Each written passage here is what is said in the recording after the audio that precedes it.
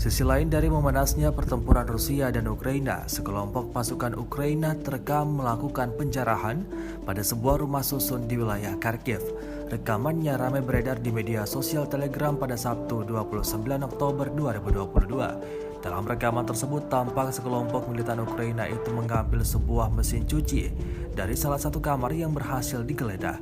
Terlihat mesin cuci itu diikat kemudian diulur talinya ke bawah, hingga salah satu tentara lainnya menggapainya dengan menggunakan tangga.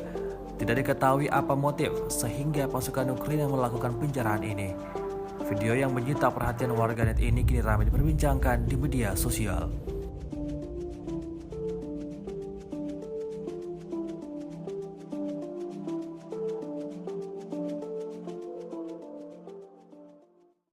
Terima kasih sudah nonton.